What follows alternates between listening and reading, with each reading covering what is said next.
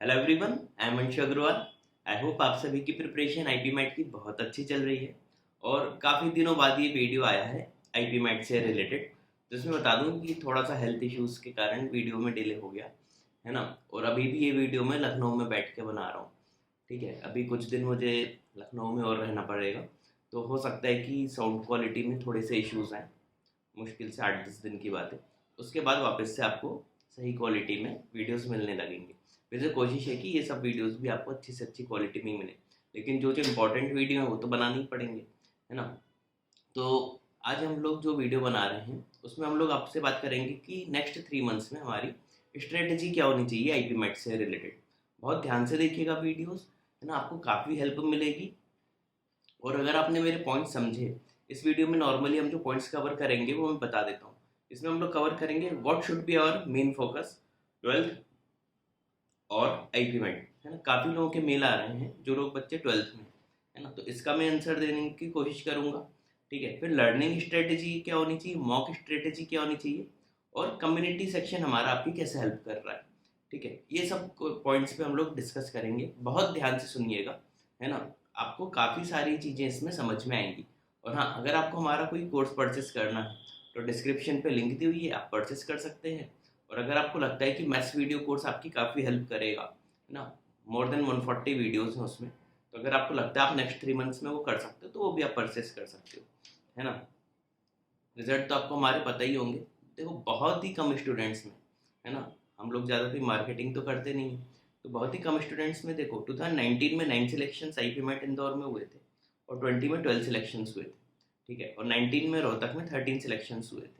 ठीक है, 20 का रोहतक तो सबको पता है कितना गूगल फॉर्म भी करा लिया था, तो हमने कहा भी था कि उसका रिजल्ट कि हम लोग डिस्कस ही नहीं करेंगे।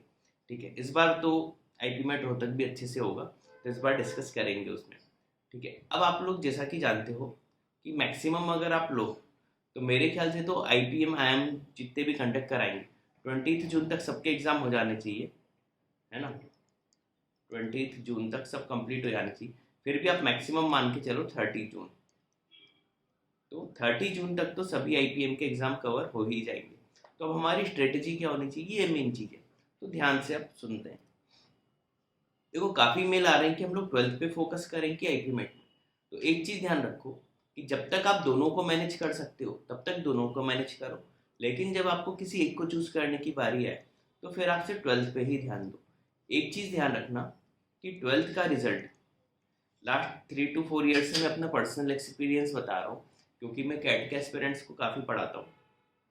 तो ये जो आईएम लोगों का जो सिलेक्शन क्राइटेरिया है आईएम के कॉलेजेस का, ये लोग आजकल 10th और 12th के रिजल्ट पे काफ़ी फोकस कर रहे हैं, है ना। और इवन अभी आप जब आईपीएम के एग्ज़ाम भी दोगे तो भी आपका 10th 12th का रिजल्ट मैटर करेगा। तो एक चीज़ ध्यान देना, अभी तो देखो काफ़ी लिमिटेड कॉलेज है ना। अगर आप ब्रॉड वे में सोचोगे तो आगे भी आपको काफ़ी एग्ज़ाम हो सकता है देना पड़े, है ना। तो आपको 10th और 12th का रिजल्ट काफ़ी काम में आएगा। तो 10th के रिजल्ट में तो अब हम कुछ चेंज कर नहीं सकते। अब हमारे हाथ में जितने भी फ्रेशर स्टूडेंट्स हैं आप में से, उनके हाथ में से 12th का रिजल्ट ही है। तो पूरा का पूरा फोकस आपका 12th के रिजल्ट पे होना चाहिए। इसमें जितने ज़्यादा परसेंट ला सको उतना अच्छा है। ठीक है, तो अगर आपको दोनों में से एक चूज़ करना है तो आप 12th पे ही फोकस करो। तो पूरा कंसंट्रेशन आपका होना चाहिए कि 12th में आपके परसेंटेज कितने आए। अब आप में से कई लोग सोच भी रहे होगे कि मैं आईपीएम की क्लास लेता हूँ लेकिन मैं 12th पे बात क्यों कर रहा हूँ। तो देखो, कोर्स सेल करना एक अलग चीज़ हो गई, लेकिन सही गाइडेंस एक अलग चीज़ हो गई। तो ये वीडियो बनाना इसलिए भी ज़रूरी था कि मैं ज़्यादा आप लोगों को भटकाऊँ नहीं, या आप कंफ्यूज ना हो। आपका फर्स्ट फोकस, आपकी प्रायोरिटी जो होनी चाहिए वो 12th पे ही होनी चाहिए। ठीक है, उम्मीद है मेरी बात समझ में आ गई होगी। क्यों होनी चाहिए, क्योंकि आगे भी अगर आप लाइफ में कोई एग्ज़ाम दोगे, 10th और 12th का रिजल्ट हमेशा आपके काम में आएगा। और एक बार ये रिजल्ट बिगड़ता है तो हमेशा अखरती है। ठीक है, कभी मैं इसमें अपना पर्सनल एक्सपीरियंस भी आपसे शेयर करूँगा। ठीक है, तो 12th का रिजल्ट और 10th का काफ़ी मैटर करेगा आगे। तो 12th पे फोकस करो, और हाँ, मैनेज हो सकता है तो करो। और हाँ, जिन लोगों का मैथ्स है 12th में, तो वो 12th में कुछ टॉपिक्स हैं जो आईपीएम में भी कॉमन है, उनको बहुत अच्छे से कर लो, तो दोनों चीज़ मैनेज हो जाएंगी। ठीक, आगे अब हमें लर्निंग स्ट्रेटेजी क्या होनी चाहिए। अब देखो, अब आगे से अब मैं जो बात करूँगा इसमें अब मेरा पूरा कंसंट्रेशन आईपीएम के ऊपर रहेगा। ठीक है, तो क्वांटिटेटिव एबिलिटी में देखो टॉपिक्स काफ़ी ज़्यादा होते हैं, तो कभी भी आप जैसे इधर उधर के बहुत सारे वीडियोस देखते रहते हो, आप कभी दिमाग में ये बैठा लेते हो कि इस टॉपिक से ज़्यादा क्वेश्चन आएंगे, उस टॉपिक से कम क्वेश्चन आएंगे। देखो ऐसा कोई भी माइंडसेट लेके मत जाना, है ना। इस चक्कर में आप कुछ टॉपिक्स छोड़ देते हो। मेरा मानना है कि आप पूरे टॉपिक्स करके जाओ, क्योंकि हो सकता है कि जो टॉपिक आपको टफ लग रहा हो, कई बार उससे इजी क्वेश्चन आ जाए तो वो आपसे मिस हो जाएगा। और कई बार क्या होता है, कई टॉपिक आपको लगता है कि बहुत ईजी है, आप उसको अच्छे से कर लेते हो, लेकिन उसी टॉपिक का कोई टफ क्वेश्चन आ जाए जो हमसे ना बने। इसलिए मेरा मानना है कि आपको पूरे के पूरे टॉपिक्स पढ़ने चाहिए। हाँ, जो टॉपिक आपको ईजी लगता है उसकी आप बहुत अच्छे से प्रैक्टिस कर लो, लेकिन जो टॉपिक आपको टफ लगता है उसको भी लो टू मीडियम लेवल तो कम से कम कर ही लो। बेसिक क्वेश्चंस तो उसके भी आपसे बनने चाहिए, ठीक है। तो नेक्स्ट जो 3 मंथ्स हैं, 3 मंथ में आपकी कोशिश होनी चाहिए कि क्वांट का पूरा सिलेबस कंप्लीट कर लो। और जिनका कंप्लीट हो चुका है वो कोशिश करो कि जिस भी मटेरियल से करा हुआ है, देखो ज़्यादा नए नए क्वेश्चंस के पीछे मत भागो। आपने किसी भी इंस्टीट्यूट से पढ़ाई कर रहे हो, है ना, चाहे मेरे चाहे किसी और के, आप उसी का मटेरियल 3 to 4 टाइम्स कर लो, है ना। नए नए क्वेश्चंस करने की बजाय आप जिस भी इंस्टीट्यूट को ज्वाइन किए हुए हो उसी इंस्टीट्यूट का मटेरियल आप 3 to 4 टाइम्स कर लो, है ना। तो आपकी क्वांट की बहुत अच्छी प्रिपरेशन हो जाएगी। ये बात मेरी समझ में आ गई, ठीक है। तो क्वांट की तैयारी कैसे करूँ, एक बात फिर से सुन लो, मैं जो बार बार बोल रहा हूँ। कई स्टूडेंट्स को मैंने देखा बहुत सारे ग्रुप्स ज्वाइन करके रखते हैं और नए नए क्वेश्चंस में खुद भी कंफ्यूज होते हैं, दूसरों को भी करते हैं, है ना। क्वेश्चन नए नए आते रहते हैं, उनको लगता है हमसे नहीं बन रहा, हमारा क्या होगा, तो जबरन डिमोटिवेट भी हो जाते हैं। इससे अच्छा वो जिस भी इंस्टीट्यूट चाहते हैं उस पर वो भरोसा रखें, है ना। क्योंकि देखो कोई भी इंस्टीट्यूट आपको अच्छा ही पढ़ाएगा, ऐसा नहीं है कि वो आपको कुछ गलत नॉलेज दे रहा है या अच्छे से नहीं पढ़ा रहा, ठीक है। तो क्या होगा, आप जिस भी इंस्टीट्यूट जाते हो उसी का मटेरियल आप 3 to 4 टाइम्स अगर कर लोगे तो आपको काफ़ी हेल्प होगी, ठीक है। अब हम बात करते हैं LRDI। अब जैसा कि देखो आप सभी जानते हो कि IP मैट इंदौर जो है उसमें तो एक सेट आएगा, है ना। पिछले 2 साल से वो DI का पूछ रहे हैं, कई बार वो LR का भी पूछ लेते हैं, लेकिन हाँ सेट एक ही आएगा।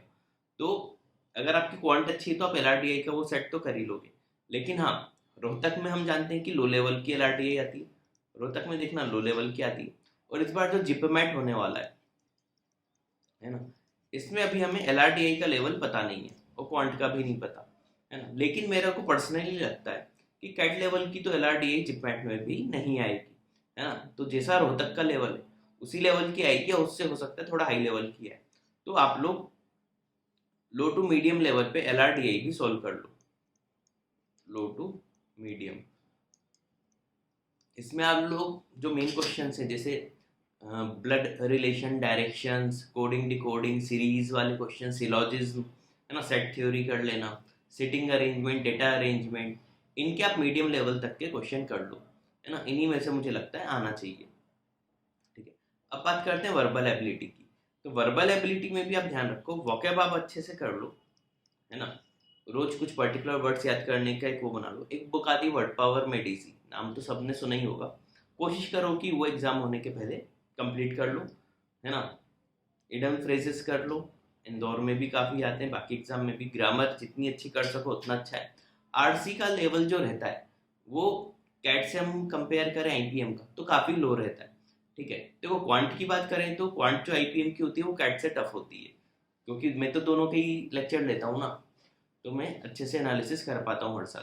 तो IPM की जो मैथ्स का लेवल रहता है वो कैट से थोड़ा हाई लेवल पे रहता है, लेकिन हाँ वर्बल का जो लेवल रहता है वो काफ़ी लो लेवल की रहती है ना, आरसी के पॉइंट ऑफ व्यू से। तो आप न्यूज़पेपर या मॉक टेस्ट जो भी दे रहे होगे उसकी ही आप अच्छे से प्रैक्टिस करते हो, उसी में अपनी गलतियां ढूंढते जाओ, तो आपकी वर्बल की भी अच्छी प्रिपरेशन हो जाएगी। मॉक टेस्ट ज़्यादा से ज़्यादा देना। अब हम आपके बात करते हैं कि मॉक में स्ट्रेटेजी क्या होनी चाहिए। देखो बिना इस सेक्शन के हम अच्छा स्कोर कर ही नहीं सकते। तो एक चीज़ ध्यान रखना, आपको मॉक टेस्ट ज़्यादा से ज़्यादा देने हैं, मॉक टेस्ट आपको ज़्यादा से ज़्यादा देने हैं। इवन हमारे वीडियो कोर्स में हमने 120 अप्रॉक्स टेस्ट दिए हुए हैं, वर्बल, क्वांट, DI, LR और क्वांट के मिला के, है ना। इससे काफ़ी अच्छी प्रैक्टिस जाती है। तो आप लोग भी मॉक टेस्ट ज़्यादा से ज़्यादा दो। तो नेक्स्ट जो 3 मंथ्स हैं इसमें कोशिश करो कि आप बहुत ज़्यादा मॉक टेस्ट अब दो, अगर आपका कोर्स हो चुका है तो। और उसमें जो क्वेश्चन आपके गलत हो रहे हैं उनको आप एनालाइज करो कि वो गलत क्यों हो रहे हैं। या जिन क्वेश्चन में आपके ज़्यादा टाइम लग रहा है उनको देखो कि इसमें आप लोग ज़्यादा टाइम क्यों लगा रहे हो।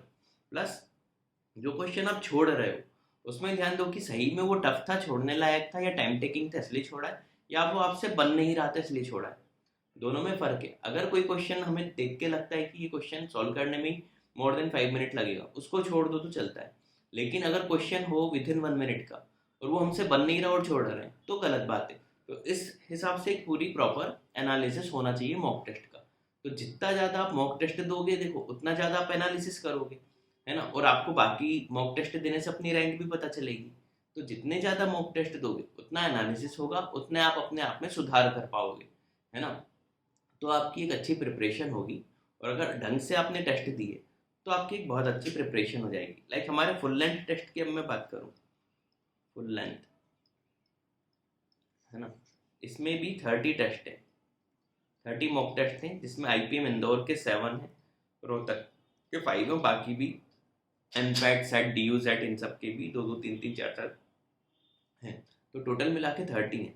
तो इतने सारे टेस्ट देंगे टॉपिक वाइज प्लस ये फुल लेंथ, तो ये आपने भी जिस भी इंस्टीट्यूट के टेस्ट सीरीज लेके रखी होगी तो आप मॉक टेस्ट उसमें काफ़ी ज़्यादा से ज़्यादा दो, तो आपकी एक बहुत अच्छी रैंक आ जाएगी। लेकिन एक चीज़ ध्यान रखना, कई बच्चे क्या होते हैं मॉक टेस्ट देते हैं उसके बाद भूल जाते हैं कि क्या किया उन्होंने, है ना, सीधे अपनी रैंक देखते हैं, फिर खुश हो जाते हैं अच्छी रैंक आई या दुखी हो जाते हैं गलत खराब रैंक आई।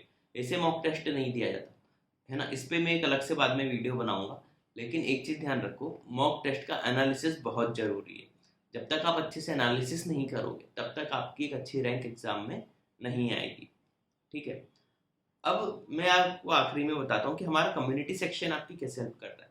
देखो हर कुछ समय में हम आपसे कुछ क्वेश्चंस पूछते हैं जो कि रिसेंट क्वेश्चंस होते हैं, रिसेंट एग्जाम में आए हुए, और उसमें हम लोग आपसे ही वोटिंग कराते हैं। तो आपको पता चल जाएगा कि आपने जो भी आंसर लगाया है ना, वो आपका सही है कि गलत, और कितने परसेंट लोगों ने सही आंसर दिया है, कितने परसेंट लोगों ने गलत आंसर दिया है।